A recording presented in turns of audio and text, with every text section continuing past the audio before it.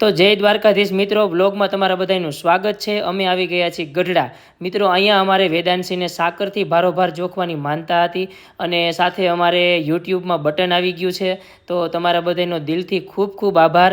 તમે બધાય ન હોત તો આ શક્ય જ નહોતું। અને મિત્રો એનું અનબોક્સિંગ કરવા અમે અત્યારે અક્ષર ઓરડીએ આવેલા છીએ।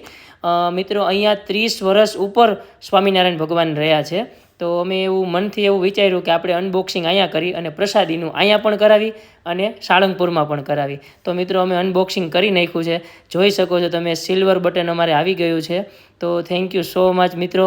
અને પ્રસાદીનું આપણે આ સિલ્વર બટન કરાવીને સાળંગપુર જવાનું છે। સાળંગપુર દર્શન કરી અને મિત્રો ત્યાંથીને અમારે સીધું પાછું રાજકોટ જવાનું છે। તો તમે જોઈ શકો છો કે આપણે અંજનાએ પ્રસાદીનું સિલ્વર બટન કરાવી લીધું છે અને સિલ્વર બટન કરાવીને આરતીના દર્શન કરી અને અહીંથીને સીધું સાળંગપુર રવાના થવાનું છે।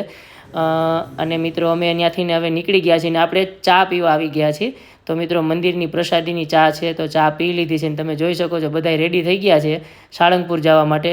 છેલ્લા દર્શન ગઢપુરમાં કરી અને અમે કથાનો લાભ પણ લીધો અહીંયા। અને મિત્રો કથાને બધું કમ્પ્લીટ થઈને આપણે દરબારગઢમાં પણ આવ્યા હતા।